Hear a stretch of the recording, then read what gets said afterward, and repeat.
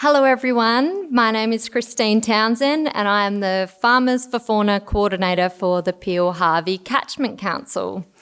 I would like to respectfully acknowledge the Whadjuk Noongar people as the traditional custodians of the land that which we may meet today, and extend my respects to their elders both past and present. I would also like to pay my respects to the Wilman elders and acknowledge the Wilman people as the traditional custodians of the land where we deliver the Numbat Neighbourhood project. Today I'm going to discuss the ways in which we engage with the local community through the Numbat Neighbourhood project to manage feral cats to help reduce threats to numbats and other threatened fauna. PHCC is one of 7 NRM regions in WA. We are a not-for-profit community organisation and we have a passion for the natural environment and supporting our farmers and the overall community. I work in the upper catchment out of the Boddington office, and Dryandra is the jewel in our patch. Dryandra Woodland National Park is 28,000 hectares in size. It has 17 discrete blocks in the heart of farmland, and due to its fragmentation, our farmers play a vital role in protecting threatened species.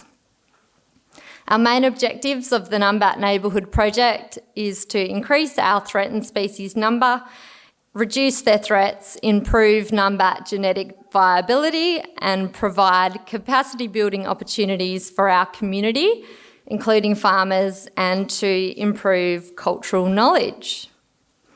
We are into our 5th and final year of the project, which is funded by the Federal Government's National Landcare program.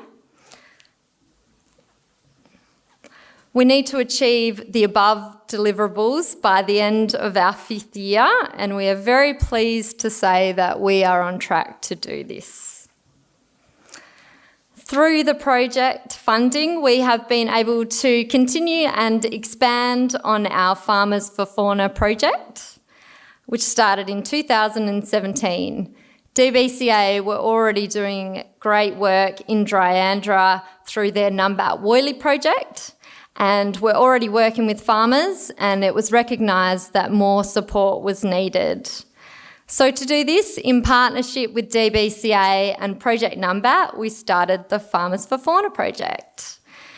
The project was launched at Barnamaya, and the idea of the project is that we drop off cat traps to farmers and provide them with cat food to use as baits, and we provide training support for these landowners as well.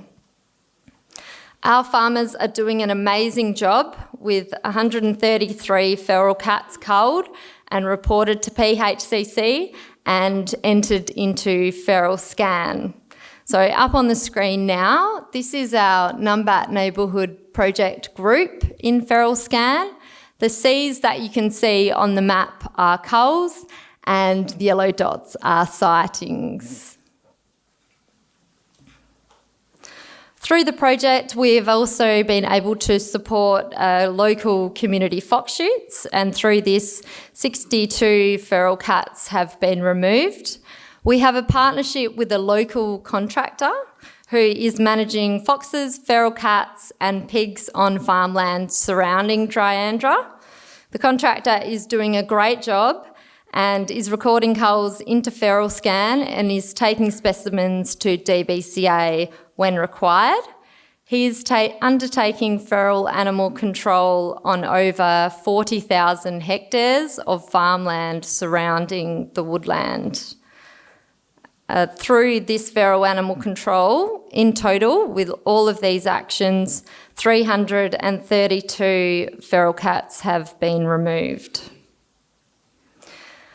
We now also have funding for the Dryandra Winter project. The project was designed to complement the Numbat Neighbourhood project, and the funding is through the Australian Government's Priority Species Grants, and the activities involved a Felixa trial, and this is a non-toxic trial on farmland and in Dryandra Woodland, and it's the first Felixer trial in the wheat belt. We've also received funding for DNA analysis of feral cats culled around Dryandra to better understand their origin, and we are able to expand on the management of feral cats and pigs on farmland surrounding Dryandra. Through the Numbat Neighbourhood project, we've been able to run 18 workshops with over 700 attendees. We've been able to visit local schools, and with the help of Project Numbat, we've been to talk to the students about numbats and their threats, and we get a lot of good feedback from these. We have also been able to provide information to farmers on the diseases that feral cats spread, including toxoplasmosis and sarcocystis. And that is often what gets farmers over the line to borrow a cat trap, and it gets rid of that old idea of having cats around your shed to control mice and rats. Since I started as the Farms for Fauna coordinator, we've had an increase in the number of native fauna sightings reported to us, which is great. I do have a little video which I'll try and start here. It doesn't want to work. But anyway, it's a numbat digging in this hollow log. So this was sent in to me by a landholder just out of Boddington, which was a big surprise for us. And we have also had a sighting of a numbat on a farm near Dryandra by their front gate, near their house. We've also had a report of a numbat on someone's front lawn, north of Williams. So that's great news. Not only have we had an increase in sightings from farmers, you can see by the graph which was provided to us by Pete Lacey from DBCA. Thanks, Pete. So the graphs show the mean daily detections on the monitoring camera of numbats, which is up the top, and cats down the bottom.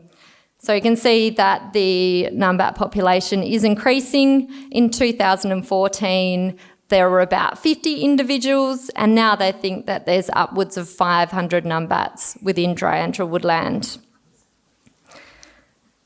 And yes, we still have a lot of work to do. As you can see, this is a feral cat that is sleeping in a log. This log should look familiar to you because it's the same log where we saw the numbat.